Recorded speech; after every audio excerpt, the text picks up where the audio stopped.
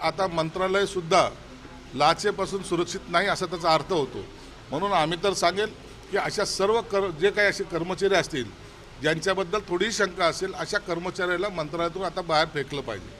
धुळ्यामध्ये रोकड सापडली होती, समिती दौऱ्यावर गेली होती, त्यानंतर आता आमदारांच्या शासकीय दौऱ्यांसाठी एक आचारसंहिताच बनवलेली आहे आणि त्यानुसार काय वागावे काय नाही अगदी नीतिमूल्य समिती ही आहे, कसं बघताय? नाही नाही, समितीचे जे काही निर्देश आहेत ते तर निश्चित पाळले पाहिजेत आणि आमदारांनी सुद्धा किंवा मंत्र्यांनी असेल कोणी का असेल लोकप्रतिनिधी जो कोणी असेल त्यांनी ह्या सगळ्या आचारसंहितेचं पालन निश्चित केलं पाहिजे। महाराष्ट्रात हैदराबाद गॅजेट लागू झालं मनोज जरांगे यांच्या आंदोलनानंतर मुंबईत, पण आतापर्यंत फक्त 310 सर्टिफिकेट मिळाले। हैदराबाद गॅजेटची जी काही तपासणी करायची आहे त्याची प्रक्रिया ही थोडी किचकट आहे। सर्व वंशावळ काढणे किंवा रक्ताचे नाते पाहणे त्याला किचकट प्रक्रिया आहे। परंतु सरकारने जेव्हा आश्वासन दिलेलं आहे की आम्ही हैदराबाद गॅजेटनुसार तुम्हाला आरक्षण देऊ किंवा देऊ तर त्यावेळेला ते काम निश्चित केलं जाईल। विलंब जरी लागला तर त्याच्यामध्ये कुठेही माघार घेतला जाणार नाही। एकनाथ शिंदेंना सांगा अभ्यास करा, डोक्याला तेल लावा, डोकं शांत ठेवा, उचलली जीभ लावली दाढीला, मराठी भाषिक मुस्लिम आहे, आमचे पदाधिकारी मुस्लिम म्हणून त्यांना दूर ठेवणार का? तुमच्यासारख्या गद्दारापेक्षा तो निष्ठावंत आहे ही टीका तुम्ही करताय।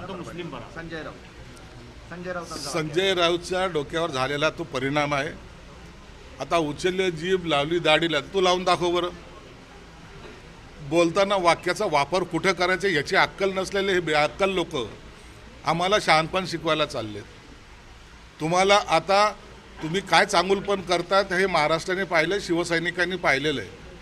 आता तुम्हाला ज्या भाषेमध्ये आता उत्तर जर बाळासाहेब असते तर कसं दिलं असतं, तुम्हाला फिरवलं असतं आणि मागून जेव्हा तुमच्या पृष्ठभागावर लात मारली असती तेव्हा तुम्हाला कळालं असतं शिवसेना कशाला म्हणतात। म्हणून ज्यांना शिवसेना कळाली नाही अशाने असे वक्तव्य करून दलाली करण्यापेक्षा घरी बसावं।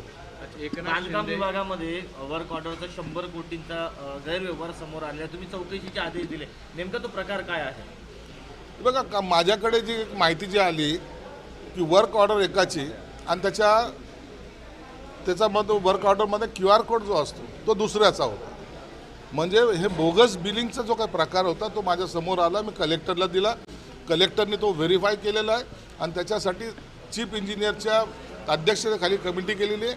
अनेक प्रकरणाचा छडा लावण्याचा आमचा प्रयत्न राहणार आहे आणि त्यात जो कोणी दोषी आढळेल त्याच्यावर फौजदारी स्वरूपाचा गुन्हा दाखल करायचा। एक प्रश्न विचारतो, पीक विमा योजना फसली आहे, 6 महिने झाले आपल्याकडे अतिवृष्टी झाली आहे, एकही रुपया शेतकऱ्यांना मिळालेला नाही, सगळं प्रतीक्षेत आहे।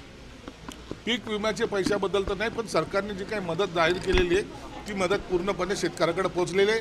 पीक विमा संदर्भामध्ये मुख्यमंत्री साहेब योग्य तो निर्णय सुद्धा पुन्हा एकदा घेतील। एकनाथ शिंदेचा एक शेवटचा प्रश्न आहे, एकनाथ शिंदे भाकरी फिरवण्याच्या तयारीत आहे, निवडणुकीत चांगली कामगिरी न करणाऱ्या 3-4 मंत्र्यांचे कान टोचले आहे आणि नवीन चेहऱ्यांना संधी देण्याची देखील चर्चा आहे। एकनाथ शिंदे साहेबांचा तो अधिकार आहे। एकनाथ शिंदे साहेबांनी काय निर्णय घ्यावा हे आमच्यासारखे कोणी सांगू शकणार नाहीत। त्यांना जो निर्णय घ्यायचा असेल ते घेण्यासाठी ते पक्षाचे मुख्य नेते असल्यामुळे सर्व अधिकार त्यांना आहेत आणि एखाद्या पक्षामध्ये एखादा निर्णय जर घ्यायचा असेल तर त्याच्यासाठी कोणतेही बंधनं नसतात। त्यामुळे राऊतांच्या डोक्यावर परिणाम झाला अशा शब्दामध्ये संजय शिरसाट यांनी टीका केलेली आहे। मंत्रालयही लाचेपासून सुरक्षित नाही असंही शिरसाट म्हणाले।